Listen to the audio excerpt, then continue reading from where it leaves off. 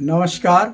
आज का हमारा विश्लेषण है कैसे बौद्ध धर्म की डूबती नैया को पाल वंश ने अंतिम समय तक बचाए रखा और फिर से एक बार भारत में बौद्ध धर्म की सत्ता को कायम किया। 8वीं सदी का भारत, कभी पूरे एशिया में ज्ञान का केंद्र रहे बौद्ध महाविहार, अब राजनीतिक अस्थिरता और बदलती धार्मिक परिस्थितियों के बीच कमजोर पड़ने लगे थे।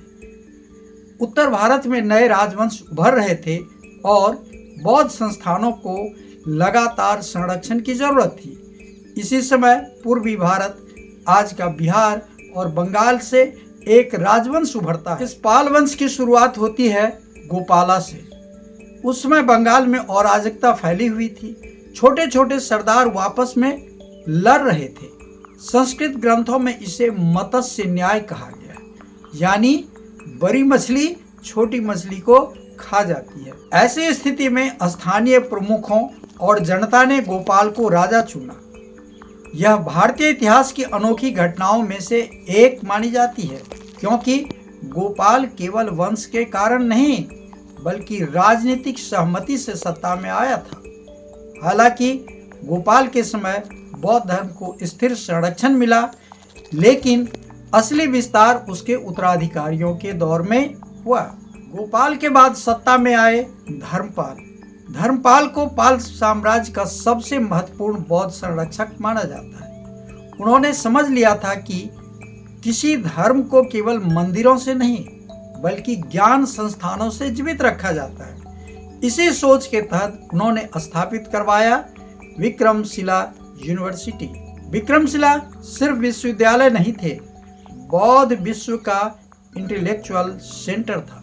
आज के बिहार के भागलपुर क्षेत्र के पास यह स्थित था।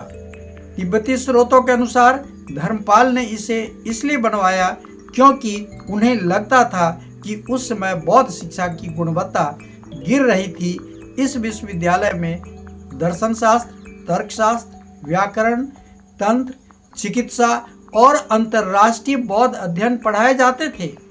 कहा जाता है कि विक्रमशिला में प्रवेश आसान नहीं था। यहाँ द्वार पंडित नियुक्त थे जो छात्रों की योग्यता की परीक्षा लेते थे। अब सवाल है कि विश्वविद्यालय चलता कैसे था? आज की तरह तो कोई फीस आधारित सिस्टम नहीं था। पाल राजाओं ने विश्वविद्यालय को चलाने के लिए गांव दान दिए, कृषि भूमि दी, कर मुक्त क्षेत्र दिए और नियमित राजकीय अनुदान दिए। इन गांवों से मिलने वाला राजस्व भोजन, पुस्तकालय, भिक्षुकों के रहने, पांडुलिपियों की नकल और भवनों की मरम्मत पर खर्च होता था। इतना ही नहीं, नालंदा यूनिवर्सिटी की स्थापना पाल वंश से पहले हो चुकी थी, लेकिन पाल राजाओं ने उसे दोबारा शक्तिशाली बनवाया।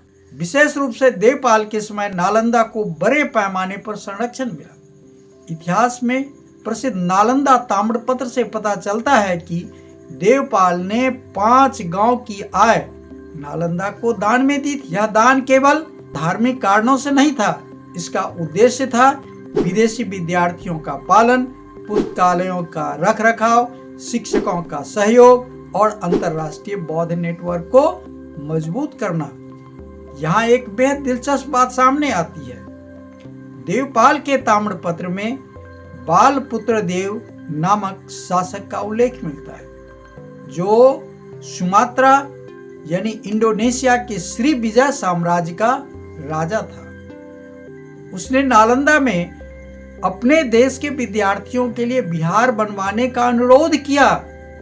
इसका मतलब यह है कि पाल काल में बिहार केवल भारत का नहीं बल्कि पूरी एशिया का बौद्ध शिक्षा केंद्र था।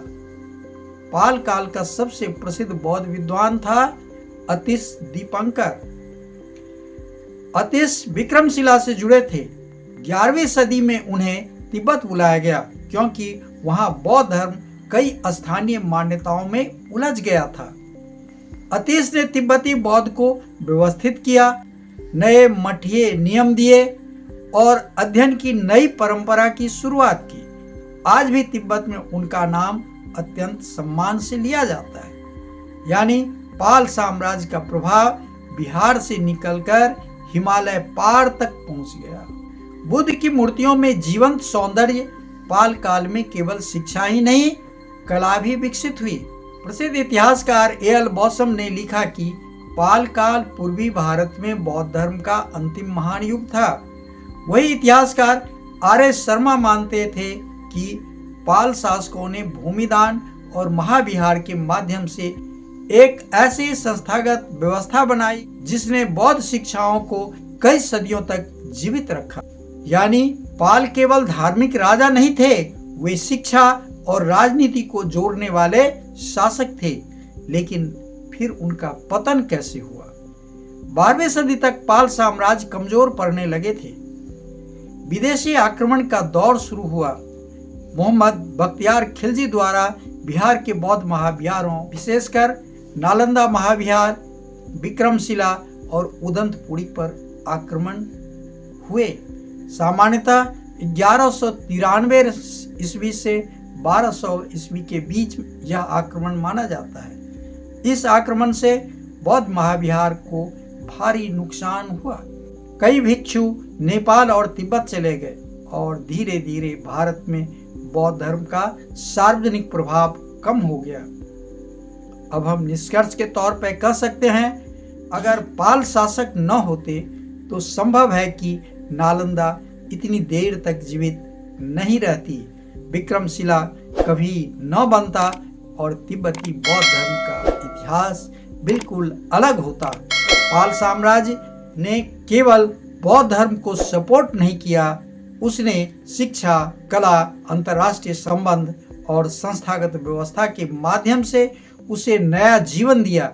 और शायद इसीलिए इतिहास आज भी कहता है पाल साम्राज्य भारत में बौद्ध धर्म का अंतिम महान संरक्षक था। धन्यवाद।